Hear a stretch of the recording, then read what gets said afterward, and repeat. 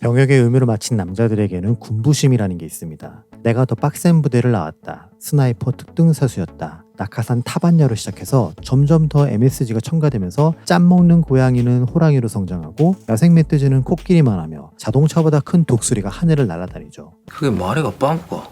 이렇게 자기들끼리 순위를 결정하다가도 강철 부대에 등장하는 특수부대 출신 앞에서는 얌전해지죠.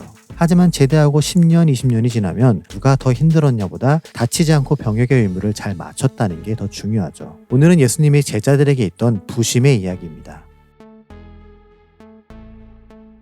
제자들 사이에서 누가 크냐는 주제로 말싸움이 벌어집니다. 마태, 마가, 누가 모두 오늘의 내용을 언급하지만 다툼의 원인에 대해서는 알 수 없지요. 그래서 지금까지 있었던 일들 가운데 특별히 누가복음에 기록된 여정을 바탕으로 상상해보죠. 먼저 예수님은 회당장 야이로의 딸을 살리실 때 베드로, 야고보, 요한만 데리고 가셨습니다. 그래서 나머지 9명의 제자들은 밖에서 기다려야만 했죠. 그 후 헤로몬 산에서 얼굴에 빛이 나고 옷이 하얗게 변할 때에도 베드로, 야고보, 요한만 그곳에 있었고요. 그들의 자부심은 대단했을 겁니다. 게다가 얼마 전에는 9명의 제자가 귀신도 내쫓지 못하고 아이의 병도 못 고치고 서기관들에게 논쟁까지 밀렸죠. 그러니 자연스럽게 베드로, 야고보, 요한은 자기들만 더 특별하고 나머지는 어리석고 무지한 녀석들이라는 생각을 할 수 있죠.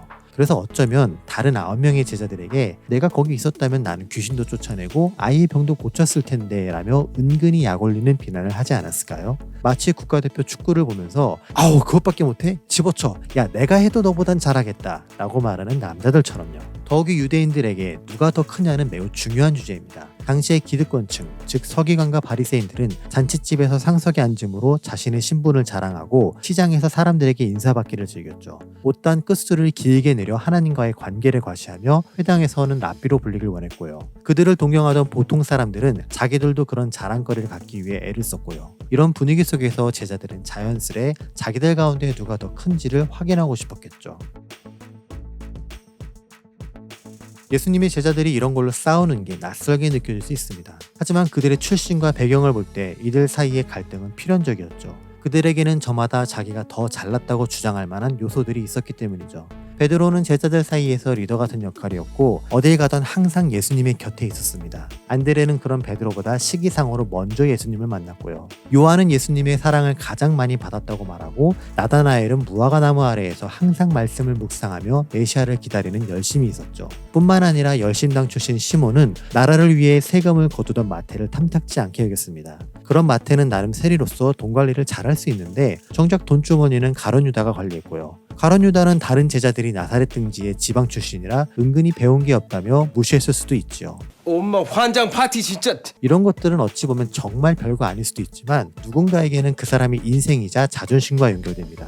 그래서 이를 건드리는 것은 곧 자신을 짓밟은 것으로 여겨 중내산해하며 싸우죠. 이러한 인간의 못된 심성은 상대방과 나를 계속적으로 비교하고 제가 가진 건 나도 가져야 하며 만약 내가 못 가졌다면 쟤도 못 가져야 하고 아니면 쟤한테 없는 그 무언가라도 나한테는 있어야만 직성이 풀리기 때문이죠. 인류의 시작부터 그래왔습니다. 창세기에서 뱀은 하와에게 선악과를 먹으면 하나님처럼 눈이 밝아져 선악을 알게 된다고 거짓말을 하죠. 만약 하와가 그건 하나님의 영역이고 난 거기까진 필요 없다고 거부했다면 어땠을까요? 또한 하나님께서 아벨의 제사만 받으시자 가인이 매우 화를 냅니다. 드리는 사람 입장에서 서운할 수는 있어도 하나님이 받지 않으셨다고 화를 낼 수는 없는 노릇인데 말이죠. 게다가 아브라함의 아내 사레는 여종 하갈을 통해 대를 이으려 했고 임신한 하갈이 사레를 업신여기게 되죠.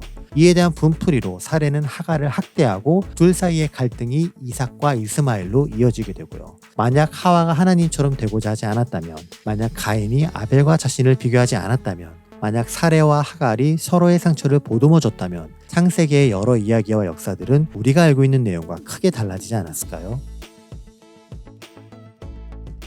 제자들의 다툼은 결론에 이르지 못했습니다. 저마다 내세울 만한 자랑거리가 있었고 이는 곧 그들의 자존심이자 인생의 전부였기 때문이죠. 하지만 왕족도 아니고 부자도 아니며 사내들인 공회원도 아닌 그들의 현실은 독인 객인 도토리 키재기일 뿐이었죠. 결국 현생에서는 이렇다 할 결론을 얻지 못하니 천국에서 누가 큰지를 묻죠. 이에 예수님께서는 어린아이처럼 되어야 천국에 들어갈 수 있고 이런 아이를 영접하는 것이 곧 예수님과 하나님을 영접하는 것이라 말씀하시죠. 어린아이는 13세 미만의 성인식을 치르지 않은 아이들을 말합니다. 우리로 따지면 초등학생인 거죠.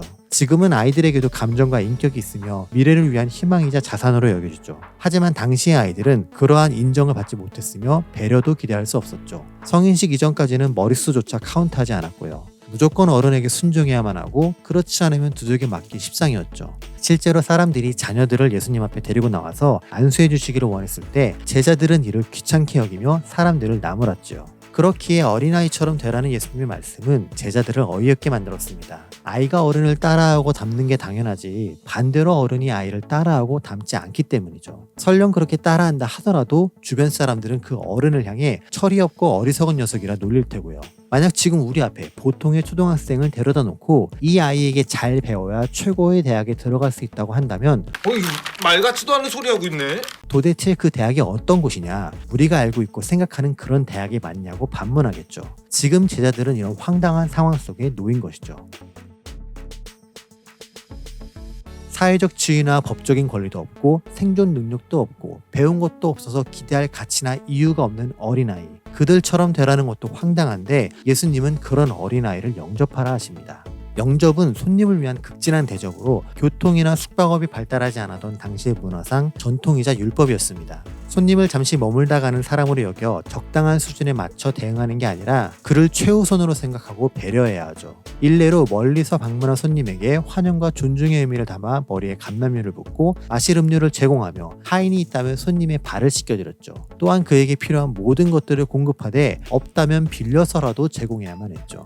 손님을 이렇게 극진히 대접한다는 것은 결국 그를 한 가정의 최고 권위자인 아버지의 레벨에 놓는 것과 동일합니다. 사회적으로도 낮은 신분이며 가정에서도 가장 끝에 있는 아이를 집안의 중대사를 결정하는 아버지와 같은 수준으로 여기라는 것이죠. 그래서 어린아이를 영접하라는 말씀이 우리에겐 단지 아이를 친절하게 맞이하라는 의미로 들리지만 제자들에게는 가정의 위기질서를 거꾸로 뒤집는 것처럼 충격적인 의미가 되죠. 이제껏 제자들은 어린아이를 영접해야 한다는 생각을 하지 않았습니다. 살면서 그려오지 않았고 그럴 만한 이유나 필요성도 못 느꼈죠. 여러 가지로 넘쳐나는 풍요의 시대도 아니었기에 굳이 그래야만 한다면 어른들을 우선으로 챙겨왔지요. 그래야만 한정적 자원을 잘 사용하는 것처럼 느꼈으니까요. 그런 그들에게 예수님은 내 이름으로라는 조건을 달아 어린아이를 영접하라 말씀하시죠. 헬라 문화권에서 내 이름으로라는 표현은 무언가를 보증할 때 쓰입니다. 누구를 대신해서 행동할 때 필요한 위임장과 같은 역할을 하죠. 만약 누군가가 어린아이를 영접하는 제자들을 목격한다면 특이한 행동을 한다고 생각할 겁니다.